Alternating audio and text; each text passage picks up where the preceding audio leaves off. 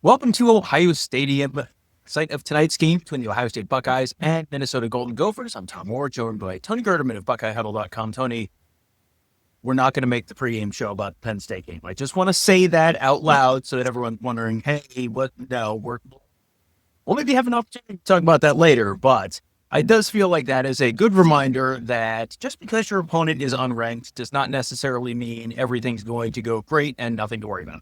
Very sleepy Saturday afternoon. There's some close games, some odd games. Would recommend that Ryan Day make mention of this, perhaps to the team, and say, hey, look, some of these scores. Do you want to be able to? Well, yes, this is one of these great coaching moments where learning from your mistakes is great. Learning from someone else's mistake and not having to make that mistake in the first place, well, that's even better. So we'll see what Ohio State is able to do tonight against Minnesota, because this is a Minnesota team that comes in with a nice record, but without a ton of talent, and with some, with some places where we watched them this week and went, oh yeah, they have some talent here. But to me, I think the biggest factor in this game is the questionable status of Darius Taylor, the running back from Minnesota. If he can't go, that really changes what this team is to me. When we saw them without Darius Taylor, there's virtually no threat in the running game. And they were not able to move the ball at all that way against Rutgers. So if they don't have Taylor, that's obviously bad news. If they do have Taylor, that helps. He's not really ever been super productive against very good defenses. So that is an issue. That's a separate issue. But if they don't have him, they were pass heavy last week, like 41-18 pass to rush. And if you do that this week, it's not going to lead to kind of yards you would hope, at least if the game is out of hand, it's eventually going to get that way. Yeah. If they start out throwing it 2-1 because they can't run it at all or they're not trying, I don't think it's going to go that well. No, I don't think so. And I do want to come back to that. I want to hit real quickly the Ohio State availability report, because we don't have the Minnesota one. I haven't found that one yet, but the Ohio State availability report, Bryson Rogers, wide receiver, listed as questionable. Only really notable name on out list that we were not expecting was Jason Moore, who was out for a bunch of games, was back last week. I don't know if he actually played, but then is once again out. That's not something that's going to make a massive difference in this game, but it's also, that's not what you want to see. No, you'd like to get him back into the action, get him some snaps, because you're going to need him at some point, you would think, or you'd like to be able to rely on him if you do need him, as opposed to Eric Mensah or Jarquez Carter, or some semblance of we'd prefer to have a 3-tech here, but we have to turn to a nose tackle, that sort of thing. Get him back, build out the entire depth chart at that position, and you can then go from there. Without him, you're just operating at a lower number, but trying to make up for it with other players. And Eric Mensah is also on the list of who are out this week. I'll read the whole list. Brandon P. Jones, known, Mason Maggs, Eric Mensah, Jason Moore, Turbo Rogers, Maxwell Roy, Deshaun Stewart, Ahmed Tunkara, and Preston Wolf. So mostly names we've heard all season, really. The fact that you've got Maxwell Roy, Eric Mensah, and Jason Moore all on that list. This is not a game where, this is not Grambling where you're expecting those guys to all play 30 snaps or something like that. But it's, that's certainly a loss of depth at a place where Ohio State came into the year with a real lack of depth. But it feels like the defensive line, especially with someone like Tywone Malone really kind of stepping up, it feels like they're maybe sort of finding some answers. Yeah, and you're seeing Tywone Malone make some plays. We'd all like to see Edric Houston start doing more, making some plays. What about the guy behind Caden Curry, where Caden Curry is that nose tackle? Who is that? Who is that? Is it Bo Atkinson? Is it Logan George? Who is that guy that can steal some snaps for the defensive tackles, and can they get anything out of him? So I think Matt Patricia's still putting all of this together. They're working on it to see what else they can do with this. So it'll be an interesting look at the entire defensive line. You see more of Arvell Reese, I think, tonight in terms of a pass rusher as they continue to do what they do with him. But yeah, that interior has been one of the pleasant surprises. At this point, there's no reason to think that they'll struggle. No, I wouldn't think so. And one thing that's going to be a little different for tonight's game, and one of the things that, talking about stuff that you're interested to see, I'm interested to see what this Ohio State defensive line looks like and the pass rush looks like when they're not facing a mobile quarterback. Because you go through week by week, and they've had at least a reasonable mobile quarterback, degrees of mobile quarterback from week to week. This is the first week where Drake Lindsey, we both came away very impressed with his arm and his accuracy, and that was a little bit of a wow for me in terms of a redshirt freshman who was the 56th ranked quarterback in the class of 2024. However, he is not a mobile guy at all. He has his career rushing total is negative 12 yards or something like that. So he's not someone who's going to threaten in that way, which means, okay, now you don't need to spy. Now you don't need to have Arvell Reese sort of dropping back or Sonny Styles or whoever it is and kind of keeping an eye on things. So what does Matt Patricia do? He's looked pretty good with, kind of having one guy sort of having to stay off to the side and just being held in reserve. Now that he doesn't need to do that, how does he take advantage of that? Well, now it'll be interesting to see if that pass rush stays as disciplined as it has been. Because as you're talking, I'm just thinking John DeVar, Juki, Mike Doss, there'll be an opportunity maybe because they get out of their lanes or they get a little one-on-one happy and lose a little bit of the discipline. And there is room for a big 6'5", 225 guy that is not the fleetest of foot to pick up 16 yards because there's just nobody else around because everybody's man's got everybody's man. And there is an opportunity. So there is that. Will they stay as disciplined and effective when they know I can get a little bit more free here? Get after it. So that's kind of one of the things to watch on the defensive side of the ball. On the offensive side of the ball, you asked Ryan Day this week about, maybe stretching the field a little more, being a little more aggressive downfield. This be an opportunity for them to do that, you would think, because this is not a Minnesota team I'm expecting to put up a lot of points. So may have a little bit more leeway in terms of taking some shots. And if you turn it over, you turn it over.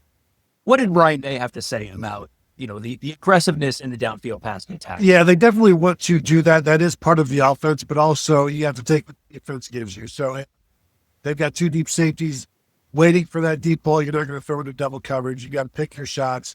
They called some. They weren't there. Jillian Say did a good job of checking down, keeping them on schedule. And he just said, if you can't go deep, stay efficient. And that's what they did. They're going to continue to try to go deep. I expect to be successful a couple of times tonight, just because I'm sure they've been harping on it all week. We are doing this. We are doing this. We are doing this. So I'm expecting it to be done. Yeah, you would think you'll see it, but we'll see. The running back, the running back tonight. That's another good thing you see because we saw a lot more Bo Jackson than C.J. Donaldson or James Peoples last week at Washington, and that was a sort of methodical maybe game plan where there was kind of run heavy. I think we went 19 carries, 17 carries for Bo Jackson. That's more than I would certainly expect. That was as many as any Ohio State running back had last year. I think that was Quinshon Judkins had 17 in one game. I'm certainly not expecting that tonight, but what's the game plan in terms of the running backs in the Buckeyes? I just go into every game expecting 12, 10, and 8. What is the order of that? Depends on the game. If it's not close, then maybe James Peoples gets a few more carries in the fourth quarter the way things are going right now. Or if it is close, maybe it's 15, 8, 5, that sort of thing, where they ride one guy who is showing the ability to make plays, stay on schedule, stay ahead of schedule. And if that's whoever that is, they're going to ride that guy into the fourth quarter. But right now, until we see different, you have to expect Bo Jackson to be around 12 to 15, assuming the game is close. And then C.J. Donaldson somewhere around 8 to 12. And James Peoples right now between 5 and 8. Yeah. 3 and 8. Yeah. It could be 3, could be 12. Just kind of depends on the game. One thing that I talked to Ross Fulton about this week on one of the Ross Fulton analysis shows was Ohio State's use of the tight end. We have kind of this running joke about the year of the tight end. It's finally here. It is Unquestionably the year of the tight end, because you're seeing Ohio State using more tight ends almost any time in the past. They were in 14 personnel, I think 3 snaps last week. And it's all that's in the goal line. So yeah, I get it. But they were also in 13 personnel, like 9 snaps. So then when you only had 6 real drives last week, that's a decent chunk of your snaps to have 3 tight ends on the field. And if you've got 3 tight ends on the field, either Jeremiah Smith or Carnell Tate is coming off the field. I'm interested to see that mix of personnel changes this week, because they haven't been incredibly effective in those 3 and 4 tight end looks, especially in short yardage. I wonder if maybe you see that dialed back a little bit more and you go to the Jeremiah Smith and Carnell Tate outside. And if you want to single cover them, go ahead and throw the ball. And if you want to double cover them, well, that gives you a number advantage inside. You think they're going to have to be able to run the ball at some point at 11 personnel. So the sooner you get that going, the better you're going to be down the road. So I agree. I think we'll see some of that. We'll see more of it, because again, use what numbers you have. And if the safeties are back, run it. If they come up, throw it. Do it the RPO what you want, and be successful at it, and be aggressive with it. And I think you'll be okay. This is also an opportunity for Julian Sage to get more experience doing that, because again, you can't afford some mistakes in this game. So let him get through that and let him have some film to go back on. So I feel like we both picked Ohio State to win by 4 scores or thereabouts. What does UCLA is up 20 points on Penn State at halftime right now, 27-7. Now, so this is a dare the impossible dream kind of day, I think, in college football. So, okay, let's say Minnesota keeps this close into the fourth quarter. Minnesota makes this. Minnesota potentially pulls out a win. What does that look like for Minnesota? Let's start on offense, because I feel like on defense the answer is, well, you got to get a bunch of turnovers, which, that's always the answer. On offense, to me, I think that kind of runs through. Maybe Jalen Smith, the wide receiver, redshirt freshman wide receiver, does, hits a big. Yeah, you can have some big plays. Got to give Drake Lindsay time. And certainly benefit of luck would be good. Steal a possession like Washington. Keep it 3 possessions in the first half of Ohio State would be a dream for Minnesota. So are they slowing things down that way? But yeah, make the plays that are available. Also make a play or two that are, just like do something superhuman and get the momentum going that way offensively. Pick up third downs however you can. And conversely, for Ohio State, this feels like a game where Minnesota on deck has Nebraska and Iowa and Purdue. So these are all kind of winnable games for them looking forward. And they're 3-1 right now. So you win a couple of those and you're in pretty good shape in terms of a bowl, making a bowl. To me, this is where if you can get up on Minnesota early, Minnesota is not going to reach deep in their bag of tricks. This is you get up 3 scores in the first half if they can, and that's easier said than done. If Ohio State can get up early, this is not one where I think Pete Black is going to be, shaking out his bag of tricks to try and close. It's not like a Greg Schiano doing everything in his power to do whatever. I think this is one where nobody's hurrying up. Everybody's just running the clock. Make sure the bus is warmed up. Not that it needs it, but yeah, I think this is one we just want to get out healthy. Both teams want to get out healthy, and Minnesota wants to be able to live to fight another. However, the way these games are going today, just be aware. Yeah, for sure. I mean, last I saw, Notre Dame was down 7-6 to Boise State. Boise State has not been very good this year. One name that I think we should mention, Coy Parrish, the safety for Minnesota, second-year safety. He is, yes, he plays defense. Yes, he's kind of the back end of their, like kind of a Jordan Fuller type on the back end of the defense. But he kind of does a little bit of everything for them. You see him on special teams, you see him on offense. Number 3, he feels like someone that Ohio State fans don't know the name now. Yeah. They will almost undoubtedly know it by halftime of this game. Yeah, his name's going to be mentioned a lot on the broadcast, on the PA. He'll be one of the spotlight guys, one to watch. He's one of the best players in the country, active defender, a playmaker, and one guy that you would prefer if you're Ohio State for him to be very, very quiet in this game. Well, it depends. I guess it depends a little bit on, you like him quiet on special teams, you like him quiet on offense.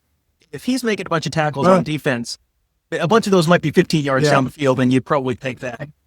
A couple quick things I did want to mention before we wrap up with some score predictions. Minnesota had a couple low snaps on, from the center last week. That's something you just kind of keep an eye on because you throw the time off on some of these plays. I'm guessing they're going to try and get out, just not have him sit back in the pocket. You're trying to get the ball out quick. A lot of that is timing stuff. That can throw off timing, so that's just something to kind of keep an eye on. The other thing is special teams. Minnesota blocked the field goal last week. Minnesota nearly blocked a punt last week. Minnesota nearly got a punt blocked last week. Minnesota missed a field goal last week. Minnesota had a long kickoff return. Minnesota had a terrible kickoff return. It is just whatever it is, it's going to be eventful when Minnesota's on special teams. 100%. Yeah, that's one where if you're Ohio State, just be quiet. Just be very vanilla. Don't be part of the drama. Don't be the main character of the game. What's the Lenny line? Everybody watch. He's about to do something stupid. It kind of feels like you might get a little bit of that. So score prediction time. We both had Ohio State winning comfortably and Minnesota not scoring a lot of points. Yeah, I believe I went 38-3, keeping Minnesota out of the end zone thanks to Ohio State's stellar red zone defense. And I went 31-3, much the same, except just sort of looking at, I think it's probably going to be about 41-3 or 41-6 or something, and then dialing back the score a little bit because you see so few possessions. This may be the game where Ohio State gets possessions, and then it ends up high 40s. Or if Minnesota can really take the air out of the ball like Washington did last week, maybe it's in the 20s and it's 24-10. I mean, that feels like if Minnesota kind of just air out of the ball, then that feels like that where this could end up. Well, wherever it ends up, we'll be back here after the game. Live post-game show coming up right at the gun. As soon as that clock hits 0, you can join us at .com/Buckeye Huddle for a live post-game show, breaking down sort of instant reaction. Also giving you the Brian Day post-game interviews, Ohio State post-game interviews, all that stuff live. If the timing works out, we'll have PJ Fleck you live, at least for a little bit as well. But you can find that in its entirety at youtube.com/Buckeye Huddle. That'll do it for today, or for now, I guess. We'll be back with you after the game.